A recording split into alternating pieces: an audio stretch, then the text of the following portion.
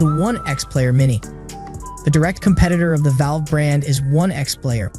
As the two most popular names in the industry, both brands are capable of dishing out amazing handheld experiences for all gamers out there. The best out of the brand right now is the One X Player Mini. It's not the first to come out of the company, but the One X Player Mini is definitely their best. It is the second generation of the company's handheld gaming PC, and it's an improvement in a lot of ways to what the original One X Player Mini was capable of. The One X Player Mini is an amazing device that's held back by its expensive price, but that doesn't make it any less worth it. The One X Player Mini is a great choice if the original device of the company is a bit large for you. Despite being on the tiny side, it is still just as capable as its predecessor, and also this device is a tad more expensive than other options on this list as well. In this small package, the One X Player Mini features a 2.9 GHz, 16 GB of RAM, 1 TB NVMe 3.0 SSD, Full HD at 1080 pixels resolution, and a great 7 inches IPS touchscreen display. Coming at only 580 grams and packs a large capacity battery of 10,455 mAh battery, making it as easy to take out for gaming on the go and won't worry about running out of battery in the game. Its small size means that your hands are going to be free from straining even after gaming for a considerable amount of time. Overall, it's a fresh experience for any gamer out there. The One X Player Mini is a good device that's worthy of its spot as one of the top handheld gaming PC out there.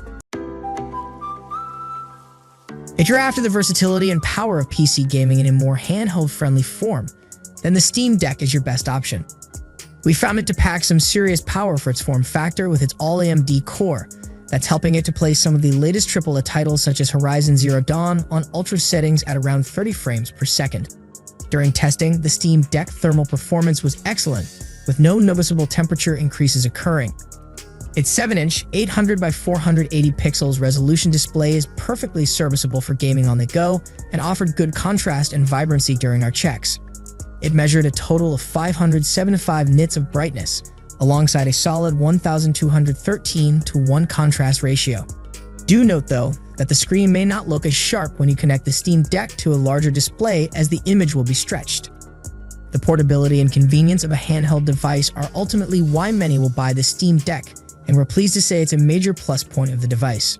While it does weigh a bit at 669 grams, which is more than the Nintendo Switch Lite, the Steam Deck doesn't feel too heavy, with the Valve doing an excellent job at distributing the weight of the device.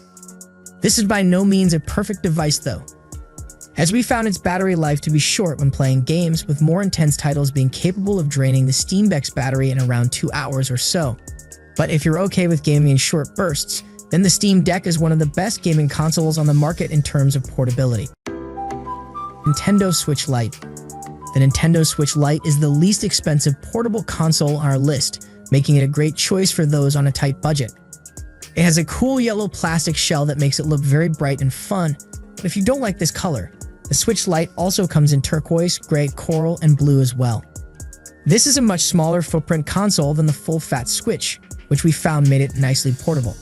Its lighter 275 grams weight also made it easier to hold, especially for younger children. The display on the Switch Lite is a denser 5.5-inch panel, with the same resolution of 720 pixels as the original. Even though the overall size is smaller by 0.7 inches, you won't lose anything in terms of picture quality. It's worth noting that the Switch Lite isn't fully compatible with every Switch game since the Joy-Cons aren't detachable. This means that if you don't buy extra Joy-Cons, you won't be able to play a few games that need motion controls. Aside from that, you can play any game in the library, so you can play the best Mario, Zelda, and Pokémon games. The console also has a good battery life, which depends on the game and ranges from 4 to 7 hours. At the most, it means that the Switch Lite can be used to play games for about a day before it needs to be charged. If you only play for a couple of hours a day, it's likely that this little boy will last you several days. While it may not have detachable Joy-Cons and slightly shorter battery life than the standard Switch, the Switch Lite is a great option for those who want the fundamentals of Nintendo's latest console with a fun gaming experience, complete with a sturdy and colorful outer shell and a great selection of games. The Nintendo Switch OLED is the latest version of the company's brilliant hybrid console. It is a great choice for anyone who wants to try the convenience of a Switch along with the power of an OLED panel.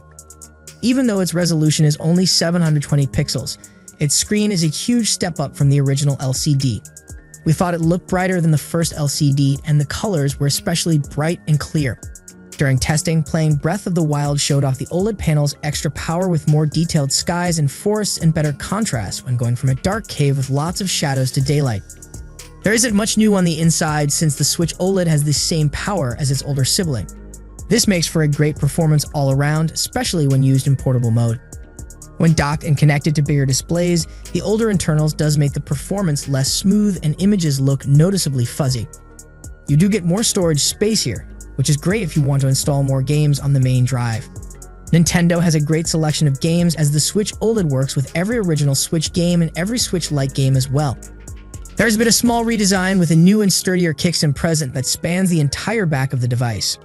We also found the plastics used on this new model to feel sturdier than the original, and its speakers sound noticeably better with more volume and detailed sound.